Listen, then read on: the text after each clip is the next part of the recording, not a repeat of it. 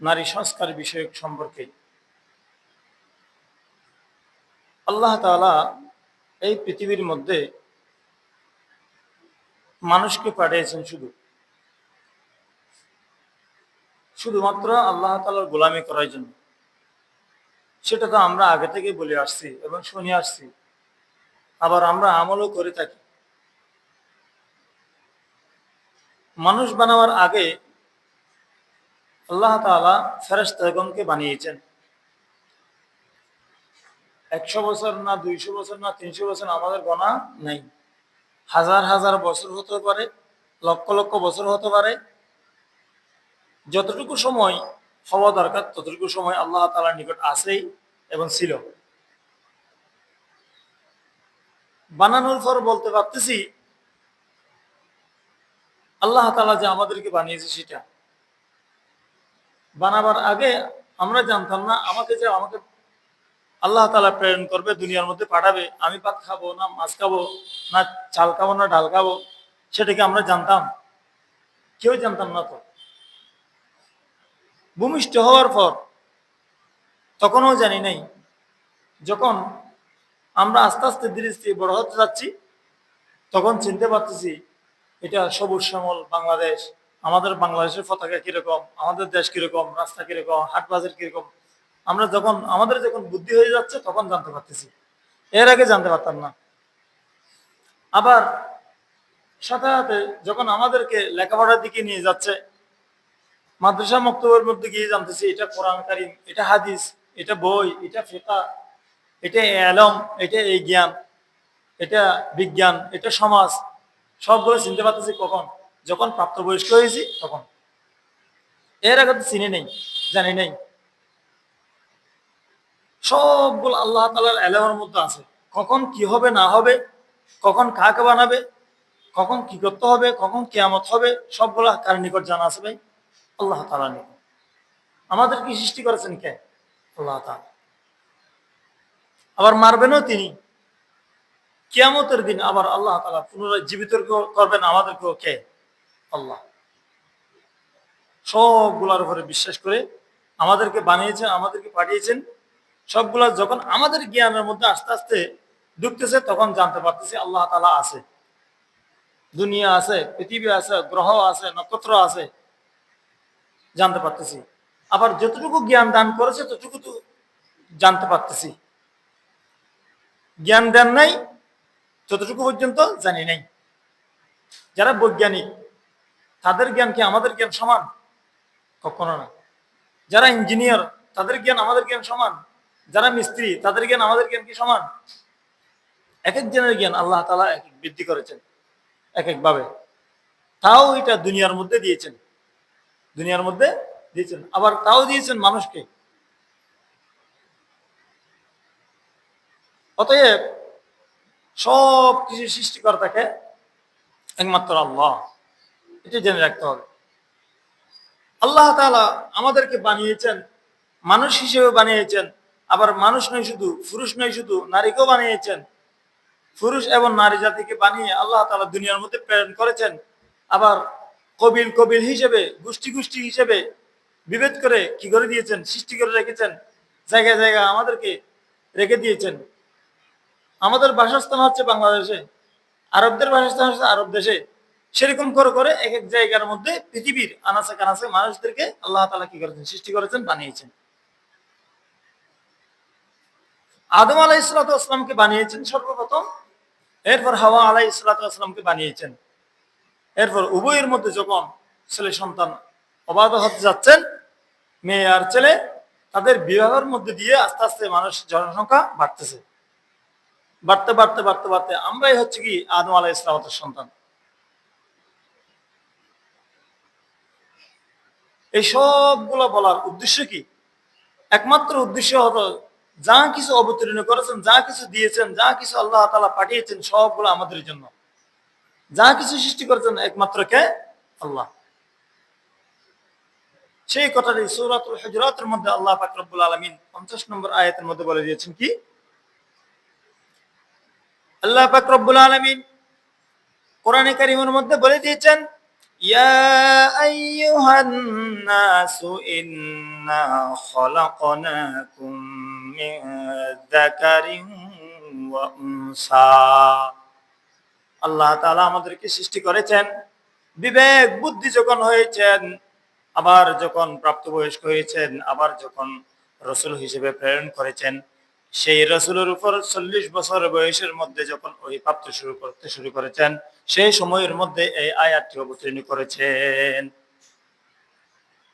40 বছরের নিচে নবীও বানান নাই, আয়াত অবতীর্ণ করেন নাই। বিবেক বুদ্ধি যখন হবে তখনই দিবে আমাদেরকে যে জিনিসটা প্রয়োজন সেটা। ছোট্টবেলায় তো আমাদেরকে দাঁড়িয়ে দেন নাই, আল্লাহ তাআলা দিয়েছেন। ছোট্টবেলায় অন্য কিছু সেরকম করার জন্য বলেন নাই। কোন ইসলামী আইন প্রণয়ন অপ্রাপ্ত বয়সের মধ্যে করার জন্য আদেশ করেন নাই। যখন প্রাপ্তবয়স্ক হয়েছে আমরা, তখন বলেছেন নামাজ পড়ো, রোজা রাখো, হজ করো, যাকাত দাও, বিবাহ শাদী করো প্রাপ্তবয়স্ক হওয়ার পর। 40 বছর বয়স যখন হয়েছেন, এরপর আস্তে আস্তে দীর্ঘ 23 বছর যাবৎ কোরআন কারীম নাযিল করেছেন আল্লাহ তাআলা। সেই সময়ের মধ্যে রাসূলুল্লাহ সাল্লাল্লাহু আলাইহি ওয়াসাল্লামের উপর এই আয়াত অবতীর্ণ হলেন। সূরাতুল হুজুরাতের 14 নম্বর আয়াত কি করেন অবতীর্ণ করেন। আল্লাহ পাক রব্বুল আলামিন বলেন, সমস্ত মানব জাতিকে হুঁশিয়ার করে বলে দিয়েছেন, জানিয়ে দিয়েছেন, মেসেজ দিয়েছেন, ইয়া আইয়ুহান নাসু ইন্না খলাকনাকুম মিন যাকারিন ওয়া উনসা। হে মানব জাতি, আমি তোমাদেরকে এই মেসেজ দিয়ে দিচ্ছি, এই কথাটা জানিয়ে দিচ্ছি, ইন্না খলাকনাকুম, তোমাদেরকে আমি সৃষ্টি করেছি আমি আল্লাহ, মিন যাকারিন ওয়া উনসা, একজন পুরুষ এবং একজন নারী হিসেবে। একজন পুরুষ এবং একজন নারী হিসেবে আল্লাহ তাআলা আমাদেরকে পাঠিয়েছেন। ওয়াজআলনাকুম শুউবান ওয়া ক্বাবাইল, এরপর আল্লাহ পাক রব্বুল আলামিন আমাদেরকে শুউব অর্থাৎ গোষ্ঠী ভেদে হিসেবে আমাদেরকে রেখে দিয়েছেন এক জায়গার মধ্যে। কবিল কবিল হিসেবে আমাদেরকে পাঠিয়েছেন, গোষ্ঠী ভেদে আমাদেরকে জাত হিসেবে বিভেদ করে সৃষ্টি করে রেখে দিয়েছেন। ওয়া ক্বাবাইলা লিতাআরাফু, যেন তারা পরস্পরকে চিনতে পারে, একে অপরকে চিনতে পারে, সেরকম করে আমাদেরকে গোষ্ঠী বেঁধে রেখে দিয়েছেন। এরপর আমরা আল্লাহ তাআলার পরিচয় লাভ করব। তাদের মধ্যে আবার আল্লাহ পাক রব্বুল আলামিন সম্মান দিয়েছেন, ইন্না আকরামাকুম ইনদাল্লাহি আতকাকুম, তাদের মধ্যে সম্মানিত ওই ব্যক্তি যাদের মধ্যে রয়েছে আল্লাহর তাকওয়া এবং ভয়ভীতি। যাদের মধ্যে রয়েছে আল্লাহর তাকওয়া ভয়ভীতি, তারাই হচ্ছে কি সম্মানিত। এবার আসেন, আল্লাহ তাআলা যে আমাদেরকে বানিয়েছেন, পুরুষ হোক বা মেয়ে হোক, আমাদের নিকট যদি আমরা তাকওয়া অর্জন না করি, ততক্ষণ পর্যন্ত আল্লাহ তাআলার নিকট আমরা সম্মানিত হতে পারবো না।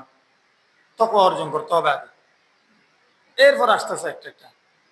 আর বর্তমান সময়ের মধ্যে যদি বলা হয় নারী সংস্কার লাগবে, এই লাগবে, সেই লাগবে বলে দাবি উপস্থাপন করা হয়, তাহলে সেটা বানোয়াট আর মিথ্যাচার আর কিছুই হতে পারে না।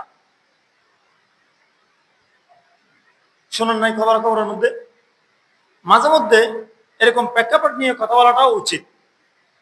কেন এত সংস্কার, কেন পুরো দেশ সংস্কার করবে, এই করবে, সে করবে, আবার নারী সংস্কারও করতে হয় নাকি? নারীকে লিঙ্গপাত করাবো বলা হয়, নাউজুবিল্লাহ। তারা আমাদের খোদা নাকি? মুষ্টিমেয় শুধু 4-5 জন মহিলা মিলে প্রধান উপদেষ্টার নিকট গিয়ে দাবি জানাচ্ছে, মহিলা নারী সংস্কার আমরা চাই, নারী সংস্কার চাই। কি চাও তোমরা, কি দাবি করো? আল্লাহ পাক রব্বুল আলামিন সমস্ত জিনিসটা দিয়ে দিয়েছেন আমাদের, যখন যেটা লাগে সেটাই। ছোট্টবেলায় মা বাবার দায়িত্বের মধ্যে থাকে যে কোনো মানুষ, যে কোনো ছেলে সন্তান নিজের মা বাবা চাই, নিজের বাপ মা চাই আমার সন্তানটা একটু ভালো হোক, লেখাপড়া করুক, মানুষের মতো মানুষ হোক। আবার যদি নারী হয়, শিশু সন্তান, মহিলা যদি হয়, তাহলে তাকে সেরকম লেখাপড়া করে একজন সুপাত্রের মধ্যে তুলে দেওয়ার জন্য তারা রাজি আছে কিনা, তারা আবার সেরকম করে তুলে দেয়। আবার যদি সেই মহিলাটা যদি বড় হয়, পাত্রের নিকট দিয়ে আবার ওই পাত্রের নিকট গছিয়ে দিয়ে বলে, এটা আজ থেকে আপনার নিকট চলে যাবে, আপনি সবগুলা দেখভাল করবেন, তার কর্পোরেশন দিবেন, খাবার আয় রোজগারের যত জিনিস প্রয়োজন সবগুলো আপনি দিবেন কিনা স্ট্যাম্প করে দেন। করা আছে না নাই? আমরা বিবাহ সাদীর মধ্যে সেরকম নিয়ম নীতি মেনে স্বাক্ষর করি। এই মেয়েটা আমার ঘরের মধ্যে নিয়ে যাচ্ছি, আজ থেকে কর্পোরেট সহ কাপড় চোপড় যা কিছু আছে সম অনুপাতে তার খাবারের ব্যবস্থা সবগুলো করা, তখন দায়িত্ব হাজব্যান্ডের হয়ে যায়। যখন সে বৃদ্ধ হয়ে যায় তখন তার ছেলে সন্তান আছে, ছেলে সন্তান আবার দেখভাল করে, তখন সে মৃত্যু পর্যন্ত ছেলে সন্তান আবার ওই মাকে বা বোনকে দেখে থাকে। মৃত্যুর পর তখন সে জাহান্নাম বা জান্নাতের মধ্যে যাবে, সেটা আল্লাহ তাআলা দিয়ে দিবেন। এর মধ্যে দুনিয়ার মধ্যে থাকা অবস্থায় যত নারীর অধিকার রয়েছে সবগুলা ছেলের উপর খাদের উপর ভর করে, কিছুক্ষণ বাবার উপর, আবার কিছুক্ষণ হাজবেন্ডের উপর, আবার কিছুক্ষণ ছেলে সন্তানের উপর দায়ভার করে তারা এই দুনিয়ার মধ্যে কি বসবাস করে চলে যাচ্ছে। সেখানে আবার কিসের অধিকার? আল্লাহ পাক রব্বুল আলামিন রাসূল করিম সাল্লাল্লাহু আলাইহি ওয়াসাল্লামকে এমন যুগের মধ্যে পাঠিয়েছেন, যে যুগের মধ্যে আইয়ামে জাহিলিয়াত বলা হয়। সেই সময়ের মধ্যে কোনো বাবার যদি একটি কন্যা সন্তান হয়ে থাকে, তাকে তখন তার অন্তরটা কেঁপে ওঠে এবং রাগান্বিত হয়ে যায়, কপালের মধ্যে বাজ পড়ে যায় এবং সে ক্রন্দন সৃষ্টি হতে পারে। আর বলে কি, আল্লাহ তাআলা আমাকে কন্যা সন্তান কেন দান করেছেন, সে নারাজ হয়ে যায়। আল্লাহ পাক রব্বুল আলামিন কোরআনে কারীমের মধ্যে বলেন, وَإِذَا بُشِّرَ أَحَدُهُم بِالْأُنثَى ظَلَّ وَجْهُهُ مُسْوَدًّا وَهُوَ كَظِيمٌ। তাদের কেউ যদি ওই বাবাকে এই খবর দেয় যে তোমার একটা কন্যা সন্তান হয়েছে, সে সুসংবাদ দান করে, তখন তার চেহারাটা কয়লার মতো কালো হয়ে যায়, সে আর রাখতে পারে না। কেন হয়েছে কন্যা সন্তান? ছেলে দেওয়ার মালিক আল্লাহ, কন্যা সন্তান দেওয়ার মালিক আল্লাহ। আল্লাহ পাক রব্বুল আলামিন যাকে চাই তাকে ছেলে সন্তান দিবে, আবার যাকে চাই আবার তাকে কন্যা সন্তান দিবে। আল্লাহ তাআলা যদি চায় কন্যা এবং ছেলে সন্তান উভয়টাও দান করতে পারে কিনা, আল্লাহ পাক রব্বুল আলামিন কোরআনে কারীমের মধ্যে সূরাতুশ শুরার মধ্যে বলে দিয়েছেন, ইয়াহাবু লিমান ইয়াশাউ ইনাসান ওয়া ইয়াহাবু লিমান ইয়াশাউ যুকুর। আল্লাহ তাআলা যদি চাই কাউকে কন্যা সন্তান দিতে পারে, আবার যদি চাই আবার কাউকেও ছেলে সন্তানও দিতে পারে। আবার আল্লাহ পাক রব্বুল আলামিন বলেন কি, আও ইউযাওয়িজুহুম যুকরানাও ওয়া ইনাসা ওয়া ইয়াজআলু মান ইয়াশাউ আকীমা। আল্লাহ তাআলা যদি চাই ছেলে এবং কন্যা সন্তান উভয়টাও দিতে পারে, আবার যদি চাই কাউকে কিছুই না দিতে পারে। ওয়া ইয়াজআলু মান ইয়াশাউ আকীমা, ভাজা রেখে দিতে পারে, আছে না? সবগুলো দেওয়ার মালিক কে? আল্লাহ। সেখানে আমাদের কপালে বাজ পড়ার কি আছে? সেখানে নারাজ হওয়ার কি আছে? সেই সময়ের মধ্যে আল্লাহ পাক রব্বুল আলামিন রাসূল করিম সাল্লাল্লাহু আলাইহি ওয়াসাল্লামকে পাঠিয়েছেন, যে সময়ের মধ্যে যখন কন্যা সন্তান হলে তার মা বাবা কপাল বাজ করে ফেলে, নারাজ হয়ে যায়। আবার শুধু তাই নয়, কন্যা সন্তান হওয়ার পর পরে আবার তাকে জীবিতভাবে হত্যা করে, জীবিত হত্যা করে ফেলে। সেই হত্যা থেকে বাঁচার জন্য রাসূলুল্লাহ সাল্লাল্লাহু আলাইহি ওয়াসাল্লাম এই পৃথিবীর মধ্যে আগমন করেছেন। সেই সময়ের মধ্যে, যেই সময়ের মধ্যে তার বাবা নিজের কন্যাকে জীবিত অবস্থায় পুঁতে ফেলা হয়, গেড়ে ফেলা হয়, মেরে ফেলা হয়, হত্যা করা ফেলা হয়, সেই সময়ের মধ্যে রাসূলকে সাল্লাল্লাহু আলাইহি ওয়াসাল্লামকে পাঠিয়ে বলেছেন, হে রাসূল, তুমি এই সময়ের মধ্যে যাও, এই যে আমি আল্লাহ তাআলা কন্যা সন্তান এবং ছেলে সন্তান উভয়কে দান করেছি, উভয় দান করতে পারি, এবং তাদের যেন অধিকার, জীবিত থাকার অধিকার তুমি ব্যবস্থা করে দাও। আল্লাহ পাক রব্বুল আলামিন রাসূলকে পাঠিয়ে সেই সময়ের মধ্যে এনে নবুয়ত দান করে তখন বলে দিয়েছেন কি, দেওয়ার মালিক একমাত্র আল্লাহ, আল্লাহ ছাড়া কোনো মাহবুদ যেহেতু নাই, আল্লাহ ছেলে দান করেছেন এবং কন্যাও দান করেছেন, অতএব যেহেতু আল্লাহ তাআলার প্রদত্ত জিনিস, এদেরকে মারার কোনো উপায় নাই। এরপরও যখন মেরে ফেলা হয়, যখন এর আগে রাসূলুল্লাহ সাল্লাল্লাহু আলাইহি ওয়াসাল্লাম পৃথিবীতে আগমন করার আগে যখন মেরে ফেলা হয়েছে, তাদের সম্পর্কেও আল্লাহ পাক রব্বুল আলামিন কিয়ামতের দিন জিজ্ঞেস করা হবে, তুমি একে একে কেন হত্যা করেছো, মেরে ফেলেছো কেন? কোরআনে কারীমের মধ্যে আল্লাহ পাক রব্বুল আলামিন বলেন, ওয়া ইযাল মাউউদাতু সুইলাত বিআইয়ি যামবিন কুতিলাত। ওই কন্যা সন্তানকে কাল কিয়ামতের দিন আল্লাহ পাক রব্বুল আলামিন জিজ্ঞেস করবেন, তুমি এবার তোমার বাবাকে জিজ্ঞেস করো, তুমি আমাকে কেন হত্যা করেছো? বিআইয়ি যামবিন কুতিলাত, কি গুনাহের কারণে তুমি আমাকে হত্যা করেছো? আল্লাহ তাআলা তো সবগুলি জানে, তারপরেও নিজের বাবার সামনে মেয়েকে জিজ্ঞেস করাবে, কেন মেরেছে তোমাকে একটু বলে দিতে বলো। যখন দিতে পারবে না, তখন কাল কিয়ামতের দিন ওই বাবাকে জাহান্নামের মধ্যে নিক্ষেপ করা হবে। সেই সময় মধ্যে রসুলকে পাঠিয়ে এই শুধু পুরুষ নয়, নারীদেরকে অধিকার রক্ষা করার জন্য আল্লাহ তাআলা রসুল সাল্লাল্লাহু আলাইহি ইসলামকে এই পৃথিবীর মধ্যে কি করেছেন, পাঠিয়েছেন। সেই সময় থেকে আস্তে আস্তে আস্তে আস্তে, আমি তো বলেছি সিরিয়াল করে, কোনো একটি কন্যা সন্তান যদি হয়ে থাকে, তার কখন কি কার দায়িত্ব, তার কখন কি কার দায়িত্ব, সবগুলো বলে দিয়েছি। এরপরেও আল্লাহ পাক রব্বুল আলামিন ওই মেয়ে যেন নাখুশ না হয় মতো, বেজার না হয় মতো, আল্লাহ পাক রব্বুল আলামিন মিরাসের উত্তরাধিকার দিয়েছেন। আল্লাহ পাক রব্বুল আলামিন সূরাতুন নিসার মধ্যে বলে দিয়েছেন, ইউসিকুমুল্লাহু ফি আওলাদিকুম লিয-যাকারি মিসলু হাযিল উনসায়াইন।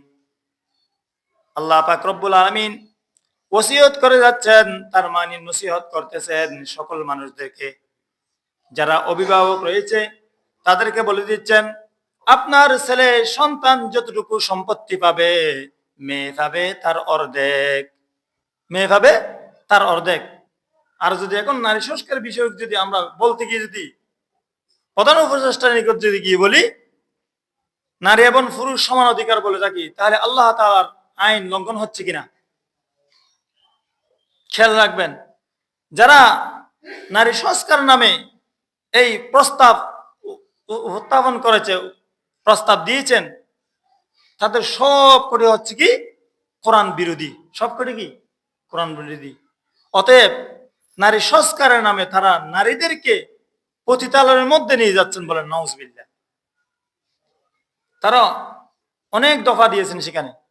এক নম্বরের মধ্যে দিয়েছেন কি, যারা নারীরা সম্পত্তি পাবে সমান সমান, ছেলে যতটুকু পাবে মেয়েও কি ততটুকু পাবে। আল্লাহ তাআলা বলেছেন ছেলে যতটুকু পাবে তার অর্ধেক পাবে কে, মেয়ে। তাহলে এটা কোরআন বিরোধী হলো কিনা? অবশ্যই এটা ইসলাম কোনোদিন মেনে নিতে পারে না। দ্বিতীয় নম্বরের মধ্যে হিন্দু এবং মুসলমান যারা রয়েছেন তাদের আইন সংশোধন করার জন্য তারাও কি করেছেন, আইন প্রয়োগ করেছেন। তাদের সংশোধন করাটা জরুরি। দ্বিতীয় নম্বর তারা কি প্রস্তাব দিয়েছেন। তৃতীয় নম্বর বিবাহের ক্ষেত্রে গিয়ে তারা বলেছেন কি, বহু বিবাহ করা যাবে না, একের অধিক বিবাহ করা যাবে না। আচ্ছা, একের অধিক বিবাহ করার জন্য কে বলেছেন? আপনাদের জানা আছে? রসুল বলেছেন না আল্লাহ বলেছেন? বলেন না। একদম কিছু জানা নাই এত বয়সেও? অবশ্যই জানা থাকতে হবে। আল্লাহ তাআলা বলেছেন। আল্লাহ পাক রব্বুল আলামিন সূরাতুন নিসার মধ্যে বলেছেন কি দেখেন, ফানকিহু মা তাবা লাকুম মিনান নিসাই মাসনা ওয়া সুলাসা ওয়া রুবা। তোমরা বিবাহ করো, একজন বিবাহ করার পর যদি সামর্থ্য থাকে তাহলে দুইজন বিবাহ করো, দুইজনের পর যদি সামর্থ্য থাকে তাহলে তোমরা তিনজন বিবাহ করো, আরো যদি সামর্থ্য থাকে তাহলে তোমরা চারজন বিবাহ করতে পারবা। কে বলেছেন? আল্লাহ তাআলা বলেছেন। তারা কি বলে, নারী সংস্কারের অধিকারের নামে তারা এই একজনের অধিক বিবাহ করা যাবে না সেটা বলে দিয়েছেন। কিন্তু বলেছেন কে? আল্লাহ তাআলা। আল্লাহ তাআলা তোমাদের জন্য চারটা বিবাহ করা জায়েজ, আর তারা বলছেন একের অধিক বিবাহ করা জায়েজ নাই। সব কোরআন বিরোধী। এরকম করে করে প্রায় 10টা পর্যন্ত কি প্রস্তাব তারা উপস্থাপন করেছেন সেখানে। আরো কি বলে দিয়েছেন জানেন? সেন্ট্রাল জেন্ডার মানে এই যে একটা কি বলে যে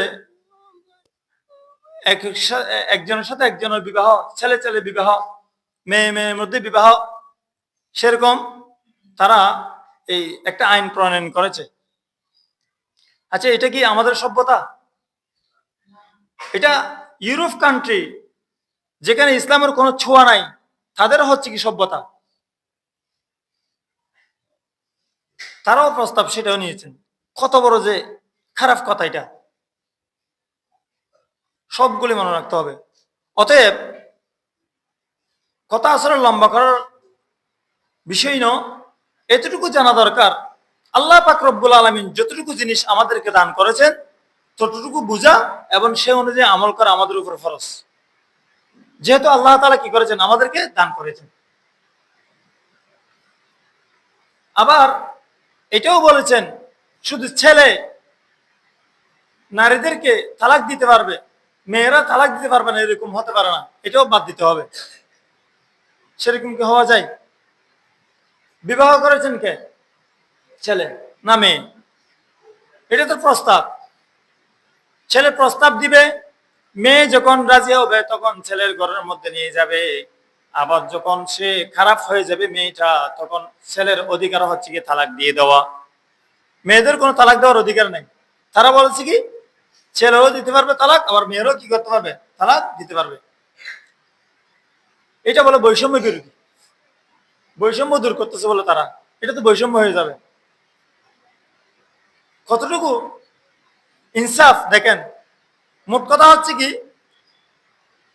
নারী সংস্কারের নামে তারা যতটুকু প্রস্তাব তুলেছেন তাদের সব করে হচ্ছে কি কিসের বিরোধী? কোরআনের বিরোধী। অতএব যারা নারী সংস্কারের নামে দাবি তুলেছেন তাদের কোনো কথা গ্রহণযোগ্য নয়। এখন আমাদের কর্তব্য কি? ইসলাম শরীয়তের কর্তব্য হচ্ছে কি, আল্লাহ পাক রব্বুল আলামিন যেহেতু আমাদেরকে সৃষ্টি করেছেন, আমাদের জন্য আইন প্রণয়ন সবগুলা দিয়ে দিয়েছেন। যার যতটুকু যেটা দরকার সেটাও দিয়েছেন। যখন যেটা করতে হবে সেটা আমরা করতে পারি কিনা, এটা হচ্ছে কি আমাদের কর্তব্য। আর যদি আল্লাহ তাআলার হুকুম মানতে না পারি, সেটা হচ্ছে কি আমার কি অযোগ্য।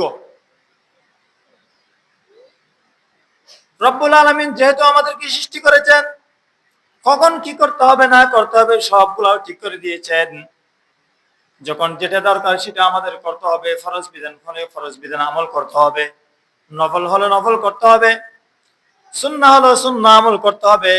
যেহেতু রাসূলুল্লাহ সাল্লাল্লাহু আলাইহি ওয়াসাল্লামকে এই দুনিয়ার মধ্যে পাঠিয়েছেন, যারা কোরআন বুঝে না, কোরআন বোঝার জন্য তাফসীর হিসেবে আল্লাহ পাক রব্বুল আলামিন রাসূলকে যুগে যুগে হিসেবে রাসূল এবং নবী পাঠিয়েছেন।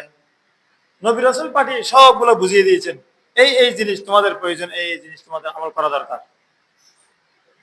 অতএব আমরা আজ থেকে যে সমস্ত জিনিস কোরআন বিরোধী আইন প্রণয়নের জন্য দিয়েছেন তাদের বিরুদ্ধে আমরা লড়বো ইনশাআল্লাহ। তাদেরকে এই সমস্ত জিনিস এটা বাস্তবায়ন করার জন্য আমরা রাজি হব না এবং দিতেও পারবো না। আল্লাহ পাক রব্বুল আমাদের সকলকে, যে আল্লাহ পাক রব্বুল আলামিন আমাদেরকে যে বিধান দিয়েছেন এবং যেগুলো পুরুষদেরকে দিয়েছেন, দান করেছেন, এবং নারীদেরকে দান করেছেন, যাকে যেটা দেওয়ার জন্য অধিকার দেওয়ার জন্য বলেছেন, সবগুলা মিলে আমাদেরকে আল্লাহ পাক রব্বুল আমল করার তৌফিক দান করুক। ওয়া মা আলাইনা ইল্লাল বালাগ। আসসালামু আলাইকুম ওয়া রাহমাতুল্লাহ। যাদের